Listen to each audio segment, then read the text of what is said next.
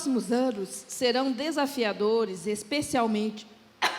Ai, gente, desculpa. Os próximos anos serão desafiadores, especialmente para pequenos e médios varejistas, os mais afetados pela crise. Como preparar o caminho para a sua recuperação? Que tecnologias e processos utilizarão para superar a crise e obter sucesso nos próximos anos? Ele vive o dia a dia de marketing e vendas B2B há mais de 15 anos. Mas ele também tem um olhar, acho que eu conheço o Luiz há uns 12 a 13 anos.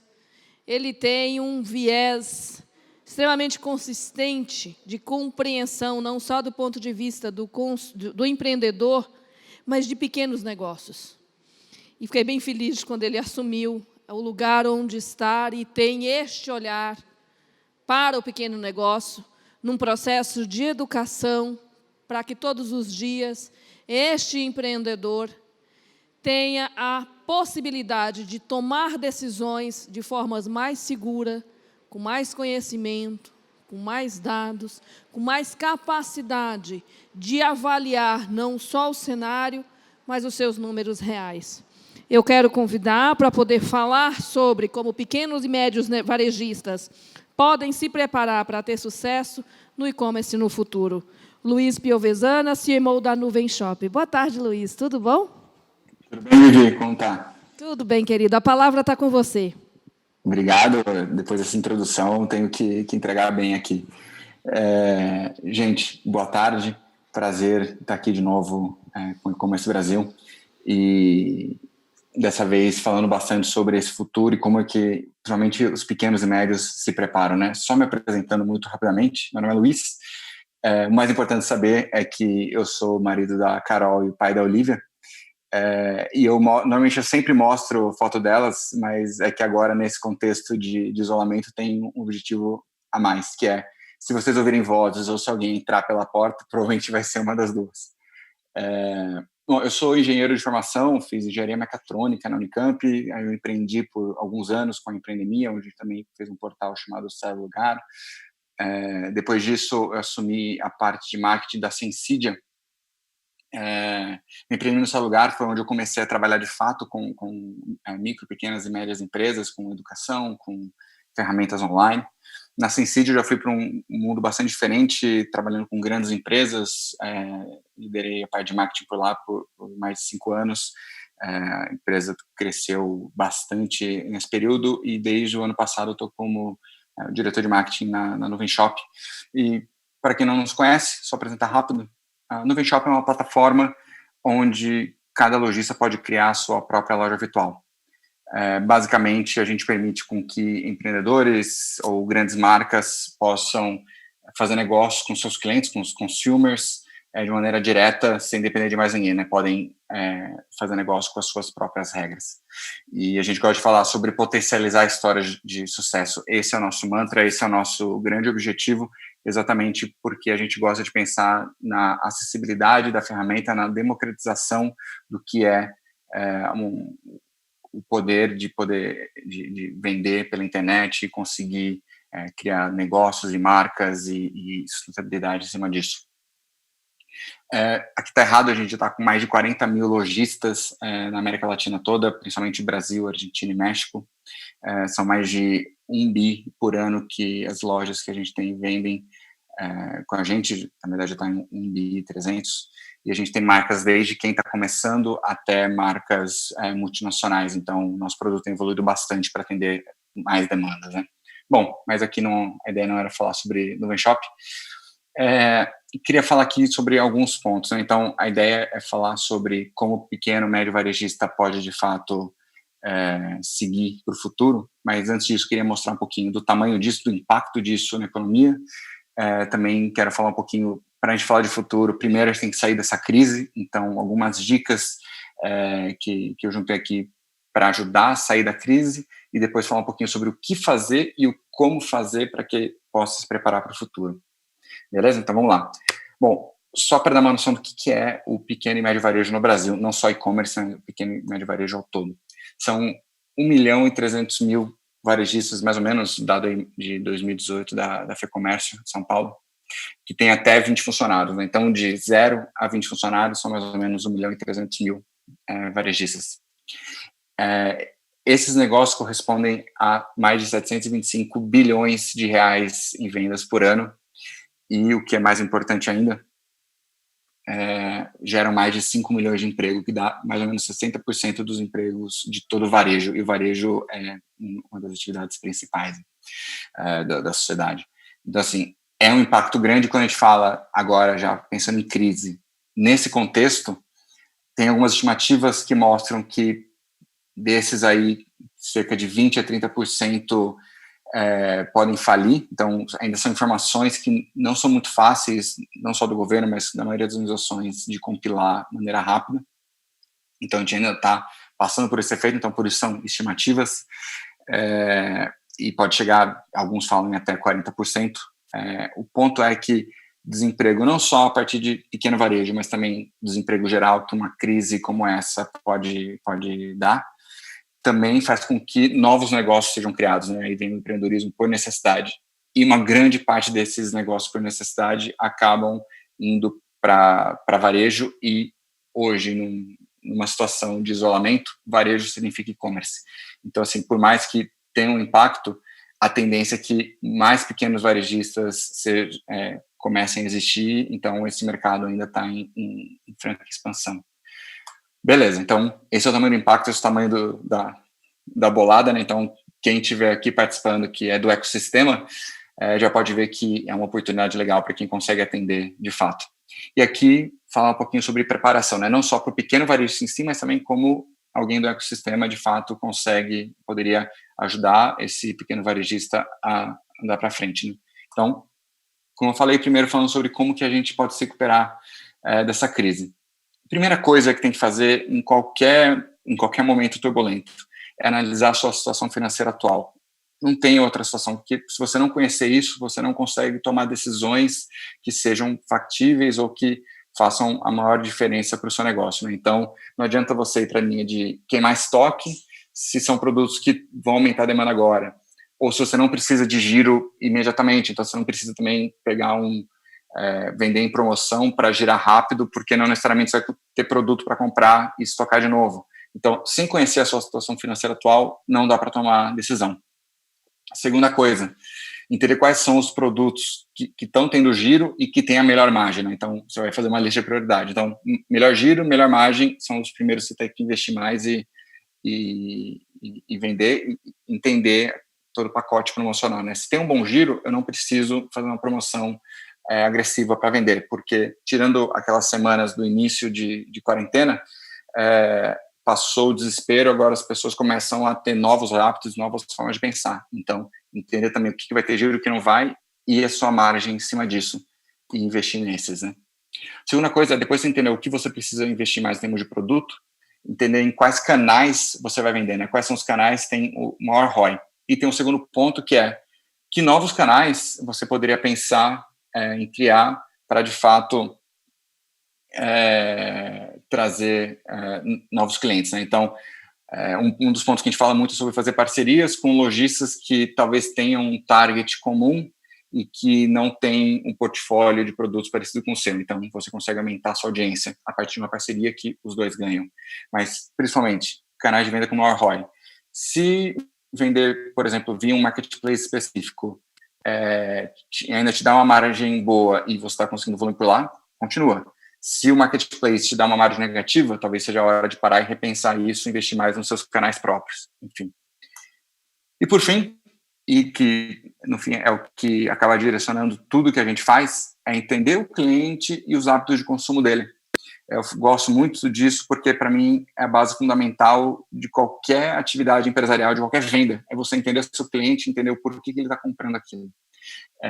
E a questão de hábito de consumo é algo que tem entrado muito em questão, exatamente porque a gente precisa cada vez mais entender como que os hábitos estão mudando num cenário em que as vidas das pessoas estão mudando muito. Então, entender isso e conseguir projetar o hábito é muito importante. E entender o cliente tem uma chave que é falar com ele. falar com ele, aí, então, qualitativamente, ou se você tiver acesso, fazer algo mais quantitativo. E eu sei, a gente está falando aqui sobre tecnologias e processos, e em todos esses pontos que eu falei, existem N tecnologias que já existem e que, se não usam, deveriam usar, principalmente e-commerce ou varejistas físicos, porque são ferramentas que já são super utilizáveis, já são fáceis de usar de fato e que já entregam valor em cada uma das etapas. Então, desde ferramentas de gestão de estoque ou um RP mais completo, ferramentas de conversar com clientes ou de promoções, como automação de marketing, a sua própria plataforma de e-commerce como canal de vendas e como que você impulsiona isso, papel de atendimento, enfim.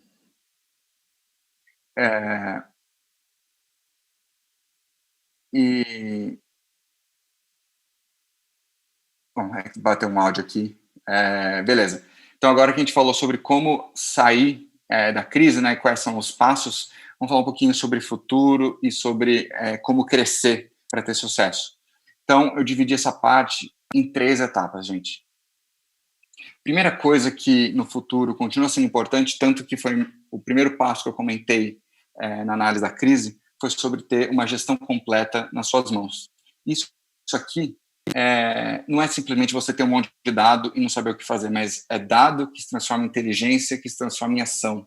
Então, questões como a usabilidade do que você escolheu, se aquilo está, de fato, trazendo insights e não só os dados da maneira crua. Então, eu já falei de ERPs, mas tudo que é gestão e que acaba misturando tanto canais de venda como estoque, operação em si, e consiga trazer esses insights para você tomar decisões de maneira rápida, é valor. Então, no futuro, quanto mais rapidamente você conseguir agir, porque você tem a informação correta, melhor. Então, de novo, aqui é um fundamento que considero base, então por isso que parece que não é novidade para o futuro, mas a parte de novidade para cá é valorizar a usabilidade e a velocidade para você poder agir. E isso é cada vez mais importante. Imagina você ter isso no começo da crise muito bem feito. Então, seria outra situação, né? Segunda coisa, uma tendência muito forte no mundo todo hoje, que é o direct consumer, né? Então, lojistas falando direto com seus clientes, com seus consumidores. Claro, isso vai contra a linha de marketplace? Sim e não, né? Contra porque a ideia é que você não esteja dependente de um marketplace. Você, obviamente, vai continuar usando o marketplace para vender, é um volume gigantesco, não faz sentido desperdiçar isso, e também você pode enxergar como uma forma de adquirir clientes, não necessariamente mantê-los, né? Você pode mantê-los aí trazendo para a sua marca, para o seu ambiente. E essa questão de marca ela é muito importante, porque marca não é só para quem é grande, não é só Mastercard, como aparece no cartãozinho, não é só Coca-Cola, enfim. Marca é o que remete a pessoa quando ela lembra de você ou quando ela está pensando naquela categoria de produto que você entrega, se ela lembra de você. Então, marca, ela talvez não vá se lembrar exatamente o que foi, que aconteceu, mas ela vai se lembrar de como ela se sentiu. E isso é só no relacionamento direto, não tem como. Além disso, garantir o relacionamento direto, porque só assim que você vai entender o cliente diretamente, que nem eu comentei antes, de você conhecer os hábitos dele. E um terceiro elemento que as pessoas estão cada vez mais em comunidades, né, principalmente online. Então, toda a parte de social media acaba sendo muito importante, não como só um canal de exposição de broadcast, mas principalmente o canal de gerenciamento de comunidades, né? Como você pode criar a sua comunidade, como que você participa ativamente de comunidades, e com isso te faz você ficar mais perto ainda do seu cliente. Por fim, de novo, hábitos do cliente, não tem como fugir disso, e aqui, falando um pouquinho de quais hábitos que a gente está falando que vão aumentar, né? Toda a parte de entender os hábitos é para que a gente consiga diminuir a fricção na hora de alguém comprar da gente. Então, por exemplo, hoje não tem mais como você não ter uma versão mobile do seu e-commerce que não seja uma experiência de compra magnífica. Mais de 60% das vendas, pelo menos no Nuvem Shop, são via mobile. A gente está indo para um patamar de 65% agora. E investindo cada vez mais para continuar aumentando e acompanhando o comportamento dos usuários. Pagamento com carteiras digitais, né, wallets. Então, cada vez mais as pessoas querem digitar menos coisas porque elas não querem ter trabalho para pagar. É um ponto de fricção que simplesmente não faz sentido. E se tiver uma carteira digital que é de confiança da maioria dos seus consumidores, né, da sua loja, por que não trazê-la para dentro? Outra coisa, conteúdo dinâmico. Há muito tempo a gente consome conteúdo em formato de imagem, vídeo, e muito poucos e-commerces colocam conteúdos dinâmicos lá para a explicação do produto. Às vezes tem um link de um vídeo, mas é pouco. Acaba que os trabalhos via social media mostram muito mais conteúdo do que a página de produto em si. Então, por isso que toda a parte de social commerce tem crescido bastante exatamente para suprir isso. E o último ponto de fricção, que é uma fricção super antiga e que continua muito válida e que a gente continua tendo que trabalhar bastante forte, é o frete. Não só o frete em termos das opções, mas também a questão de frete grátis. Aquele negócio que, quando você bota o frete grátis, você tira mais uma barreira que acaba sendo a maior para abandono de carrinho. Então, assim, como que você trabalha uma estratégia de frete grátis que faz sentido tanto para a sua margem quanto para o seu cliente, né? Ou um frete facilitado em que ele veja o benefício de retirar em algum lugar, ou de receber amanhã, ou de receber no mesmo dia. Beleza. A última parte, gente, é como fazer isso, né? Então, a gente falou um pouco sobre o que fazer e o último ponto é sobre como fazer. E eu gosto, e tem duas coisas que eu falo muito e que eu já falei e que eu estou repetindo, não é à toa. A primeira questão é usabilidade. Então, assim, a gente pode contratar uma pessoa para resolver um problema e ela vai lá e resolve, a gente pode aprender a gente mesmo, ou a gente pode contratar uma ferramenta que é meio complexa e gasta muito tempo, ou a gente pode escolher ferramentas que nos ajudam a agir de fato e não aprender a usá-las. Isso é uma diferença muito grande em termos de valor que ela entrega, e a gente tem que entender não só o valor, que é o custo direto, como também o custo de oportunidade que a gente tem por gastar tempo, ou dinheiro, ou pessoas investindo em coisas que pareciam mais baratas, mas no final saem mais caras. Então, usabilidade e agilidade acabam sendo muito importantes para tomar decisões em termos de tecnologia. E, por fim, tudo que nos ajude a entender mais a cabeça do nosso cliente. Então, quanto mais a gente conhecer nosso cliente e mais rápido a gente conseguir agir, melhor. Acho que exatamente esse era o meu ponto, né? Então, assim, se a gente está entendendo bem nosso cliente quanti e qualitativamente, se a gente consegue implementar rápido para aprender e continuar melhorando e implementar rápido, significa que a gente tem as ferramentas certas, né? E se a gente continua melhorando a nossa capacidade de agir rápido, né? Então, não é agora eu acho que eu ajo rápido, não, mas como que eu vou aumentar essa velocidade ainda mais e garantir que eu vou fazer isso assertivamente, que é para o meu cliente correto, da maneira correta, entendendo as necessidades dele. Então, para mim, o futuro tem esses fundamentos e todos esses direcionais. É isso, gente. Vivi? Obrigada, Luiz. Obrigada. Nós temos algumas perguntas aqui para você, Luiz. Vamos lá. Eu vou começar com a pergunta do Geek Show, lá de Brasília. E ele diz assim: Luiz, eu vendo em alguns marketplaces. Todos os que trabalho cobram uma taxa de 16%, o que é alto. Porém, as vendas nestes canais, têm hoje uma boa fatia do faturamento dele. Você acha que os marketplaces mais conhecidos são um mal necessário?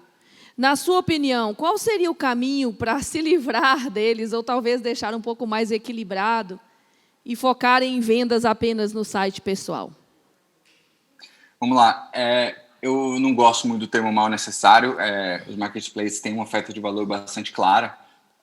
Então, assim, eu acho que é uma opção caso encaixe não só para o seu business em si, mas principalmente para o seu cliente, né? Onde o seu cliente compra o que você vende para ele? Ele compra isso sempre nos sites mais conhecidos, nos diretos, ou existem marcas menores que vendem diretamente, que criam esse engajamento? Então, a partir do momento que você entendeu essa dinâmica, né, tanto do seu negócio, se você tem margem para suportar vender com uma taxa aí de 16%, e se seu cliente está comprando por lá só, e tem casos de lojas que vendem diretamente, talvez seja como que você otimiza a sua margem para continuar isso. De uma maneira geral, com toda a tendência de direct consumer, diria que, independente de ser um encaixe total para marketplace, que ter a sua loja própria, de você começar a construir sua marca, de você tentar usar essa venda via marketplace para atrair o cliente, então você mandar um brindezinho, você mandar alguma coisa que remeta com conteúdo e você consiga começar a criar esse contato direto com ele pelos seus canais, com certeza vai te ajudar, e aí você pode até criar novos paradigmas em relação ao seu próprio mercado. Mas a minha dica entenda essa tendência e veja o que seu cliente gostaria para que você possa começar a atraí-lo e criar a sua marca de fato. Criar marca nunca vai ser algo ruim para você, mesmo vendendo em marketplace. Bacana. O Walter Bercelli, de Presidente Prudente, pergunta: Luiz, você pode apresentar alguns exemplos, e aqui, Luiz, se tiver, pode citar o nome da ferramenta, ok? De ferramentas para melhor entender o cliente e seus hábitos de consumo? Lembrando que esse bolso é raso, né? O bolso do pequeno é raso. Com certeza. Por isso que eu falo, a melhor ferramenta é você conversar diretamente. Então, eu diria que é o Gogó, mas hoje o Gogó não está fácil, não pode, tem que manter distância. Então, é o WhatsApp, é o telefone, é o Hangouts, é o Zoom. Tem N plataformas grátis para você falar diretamente com o cliente. Para mim, a primeira coisa, ao invés de você tentar quantitativamente, é você entender qualitativamente seu cliente. Então, conversa lá com 5, com 10 e vai... E assim, na internet você tem N roteiros se você pesquisar por entrevista de persona, você vai acabar pegando várias perguntas que podem te ajudar bastante. Entender não só quem que é a pessoa, mas também, se você pesquisar por entrevistas de jornada de compra, também vai te ajudar a entender como que ele chegou até você, como que ele tomou a decisão, qual era o problema original que ele queria resolver, que depois ele chegou para comprar algo com você. Então, assim, claro, a gente tem outras ferramentas como Hotjar, Crazy Egg, que analisam mapa de calor do site, que obviamente começam a ficar mais caras. Você pode comprar ads para um target específico, entender como que eles se comportam em determinados produtos, e tudo isso vai acumulando dinheiro. Mas, para mim, em termos gerais, nada melhor do que falar, entender qualitativamente, para depois você ir para o passo quantitativo. Bacana. A Rafaela Trini, de Curitiba, pergunta: Luiz, a pandemia, com certeza, vai mudar algumas prioridades nas vendas. Então, o que podemos considerar como um e-commerce que realmente atenderá o que o consumidor do futuro quer? Essa coisa vale 1 milhão, tá, Luiz? Essa vale 1 milhão. Essa é difícil. Não é? Eu sei que eu bato muito nessa tecla, mas tem muito a ver com o cliente de cada um, né? Então, assim, eu posso citar alguns exemplos, né? A gente tem um cliente que vende botas texanas. Ele é de Ribeirão Preto, São Paulo, e era uma loja de moda, né? De acessórios, enfim, e moda texana para o pessoal que eu rodeio, para sair para passeio. Cara, deu a pandemia, que ele falou? Pô, não vai ter mais rodeio, o pessoal com certeza vai reduzir a venda. Ele começou a fazer um targeting exatamente para trabalhadores rurais, né, fazendeiros ou o pessoal que trabalha em fazenda, que precisa de bota para trabalhar, e começou a fazer um target neles. Ele começou a vender mais do que ele vendia antes. Então, assim, de novo, depende do seu produto e do uso que ele pode ter, e às vezes é um uso que não é para o seu cliente atual, e aí você vai ter que entender como caçar esse cliente, ou pode ser para o seu mesmo cliente, mas que com uma mentalidade que ele não está conectando isso ao seu produto e que ele vai necessariamente precisar da sua ajuda para entender isso, né? Então, assim, essa pergunta é tão forte, tão expansiva que fica difícil ser muito mais específico. Mas valeu pelo exemplo, isso é claro, e de identificar realmente qual é a necessidade que público tem, ou pode passar a ter, e já tem aquela necessidade, como no caso das fazendas, e que talvez ele não trabalhasse tão bem.